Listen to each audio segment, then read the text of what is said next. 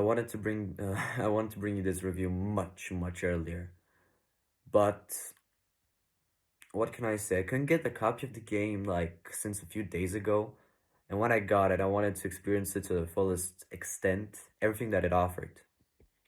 So, this is my review of Ghost of Tsushima, Director's Cut.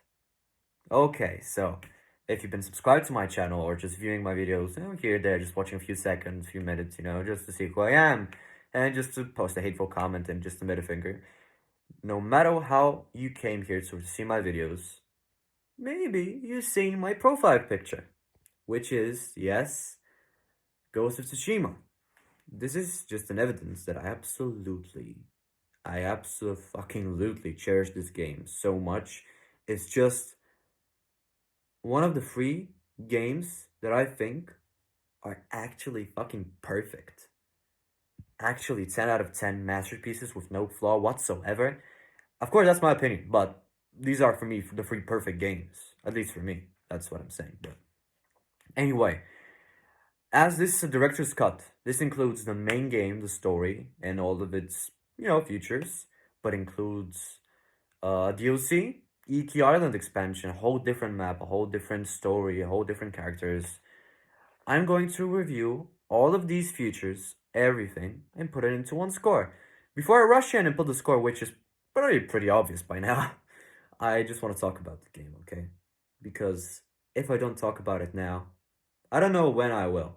When you have these chances, you have to grab them by the fucking balls and take them. So, let me hush and tell you how much I love this game. Anyway, so Ghost of Tsushima. As I don't want to spoil anything because it's a fairly new game. It came out last year. Just wanted to keep it, I'm not gonna tell you anything about the story. I'm just gonna tell how well it's paced, how it's written, and how it's how it's fucking awesome, basically. So the story starts off pretty absolutely puts you in the action on the fucking beach, in war. And yeah, a lot of things happen, and the plot sets up, and you're thinking, oh, this should be some generic ass Assassin's Creed ripoff. I didn't think that. I was gonna be okay if it was an Assassin's Creed ripoff. I love Assassin's Creed. I played every single game, and it looked that way. And I say, okay, if it is this, then all right, no problem. Oh my god. Oh my god, it's so much more than this. Okay, let me tell you the story. I watched the gameplay charts of this game like 3 years before the actual game came out. It was my wet dream. I saw 5 minutes of this gameplay. I was cleaning cum off my pants all day. Oh my god, it drained the fucking sperm out of my penis. It was that good. It was everything I wanted from a game. Open world, samurai, fucking feudal Japan, medieval setting. Not medieval, oh my god, I'm so stupid. Like historically 13th century Japan. Oh my god. It was before the Sengoku era, by the way, but still, it was all I hoped for. And I wasn't the only one. Many people were excited so much about this game. And I just said, this is just too good to be true. This is just too good to be true. It's impossible this game to reach this kind of quality. It's just unrealistic expectations, just like Cyberpunk. If you want to see what I mean, watch the review. It's a pretty good video, to be honest, if I say so myself. Anyway, but still, everyone was excited a bit too much for this game, and of course, I was sure it wouldn't deliver as much as people expected to. I'm happy to say it delivered and then some. Oh my god. This is the first example I've actually, not the first, but, one of the few examples a game actually reaches the hype and expectations everybody was saying it would be and expected to be. It absolutely reaches them and goes beyond by introducing an original take on feudal Japan. Such a great story. What incredible writing, great characters, wonderful pacing. This game is everything I hoped for, everything I wanted. It just gave me. I will never forget this game, and I'm actually playing it for the first time. Third fucking time. And I will platinum it for the third time as well. This is how much I love this game. It just it just absolutely shocked me. It came out the right time at the right moment, and everything just seemed perfect when this game came out. Yeah, so let me tell you, the characters are amazing. The story, how it just, I didn't expect to hit this hard. I didn't expect to hit this hard because Jin, the main character, had a lot of problems with his uncle and a lot of, as I did, and it was so relatable. And in the end, you have a big choice to making of, for their relationship. And it just feels so impactful. It just, absolutely, the story kicks you on the balls because you never expect you know, Assassin's Creed style game to deliver this narrative, this absolutely wonderful narrative, cast of characters, writing, everything about the story is just great. It's not the best, I would say, but it's great and it's more than enough. You see the work that Sucker Punch put into the story. And yeah, I will talk about the open world. Oh my god, this is the most, by far, one of the, not one of the best, most beautiful open world I've ever seen in a video game. I really loved Far Cry 4's Kirat. I really loved Red Dead Redemption 2's, take on the 19th century America. Oh, yeah, but still, fucking incredible from Sucker Punch. Again, they delivered on all fronts. Gameplay, story, characters, and an open world is absolutely incredible. Let me talk about the gameplay. The gameplay, it's so diverse. You have so much choice. It reminds me a bit of Horizon Zero Dawn because in Horizon Zero Dawn, which is again Sony exclusive, look, Sony are making incredible games. If you're not a PlayStation fan, you just know it. You don't need to, it doesn't need you don't need to be toxic to accept the fact that everybody is sucking Sony's dick right now. Why? Because they will bring the big dick games. They always have and they always will, my friend. And this isn't going. No matter how much they cost, they always bring quality titles to their consoles, and that's why people buy the consoles for games, not for hardware, not for software, not for the look, the design, like Xbox is trying to do, but for the games. It's a gaming console, for fuck's sakes. That's what it's meant for. And this is what Sony does understand, and it keeps delivering. And if you haven't seen the new PlayStation Showcase video I've done, go and see it if you want to see what I'm talking about. Anyway, the gameplay, as I was saying, so diverse, so amazingly, uh, organized. It's not rushed. It's not anything. You're just giving a simple choice of choosing between aerial weapons like kunais, arrows, longbow, and different weapons as well. And let me talk about the stances. So you fight against shield enemies, spear enemies, brutes, and for each enemy style, you use different stances. These stances will help you a lot. Oh my god.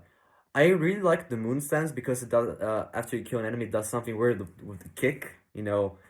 When you plunge the sword into the guy and you just kick him out of the sword. It was great. Yeah, but it doesn't work all the time. Sometimes you have to switch up, have to change up. I know it sounds complicated, but really, it isn't. It's fucking awesome, fun, and innovative. We don't see this much in other games. Your choice matters in every single way. When you're talking on a horseback, and you're having very important and very well written conversations, much like Red Dead Redemption 2. You're giving the choice between these conversations, and this how well people will like you or dislike you, a matter of your choice of words. Just like real life, basically. Okay, so if I would give a rating to the main story, you know, main shit, the true main game Ghost of Tsushima, without the Ikki Island expansion, Absolute 10 out of 10. No doubt. No doubt. And now, as this is the director's cut review, I will be talking a little bit about the Iki Island expansion. So, if you're going into something incredibly new, something incredibly different from the main game, you will be massively disappointed.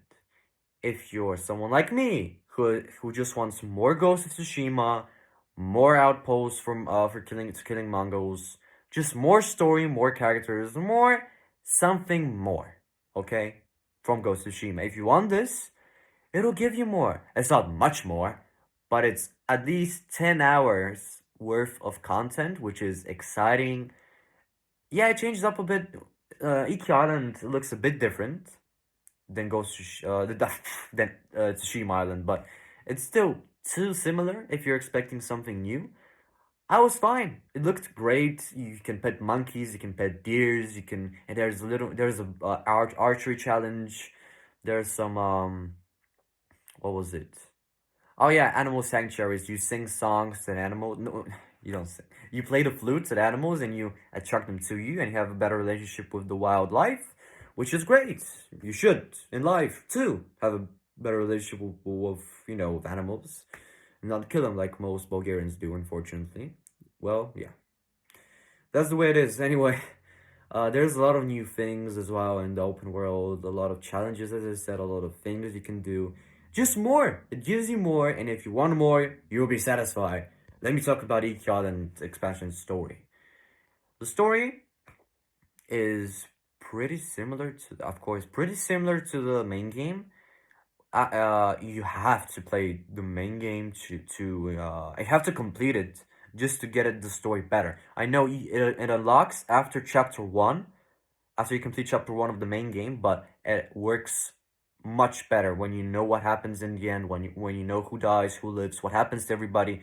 This is when you should play the Ecalin expansion, as I did. Yeah, the story didn't disappoint. Didn't disappoint. I wasn't expecting a disappointing story. It was great. It was well paced, and surprisingly, it wasn't rushed at all. I thought this game like it's like a two hour or 3 hour maximum to it'll take you to beat the story only of the Key Island, and I thought it was gonna be rushed. I thought it's gonna be you're gonna have some filler, a little bit of filler, then rush to the end. But no, they put a lot of effort in the story and the characters and the pacing, even though limited to 2 or 3 hours, it's still effective enough to excuse me, to get your attention till the end. And it was absolutely satisfying. It's just a more personal story of Jin, the main character, about his dad, about his father, about what he did to the island, what he did to the people there, and how he is respected there or hated when they found out that he's his son. And it's very interesting, very good. And then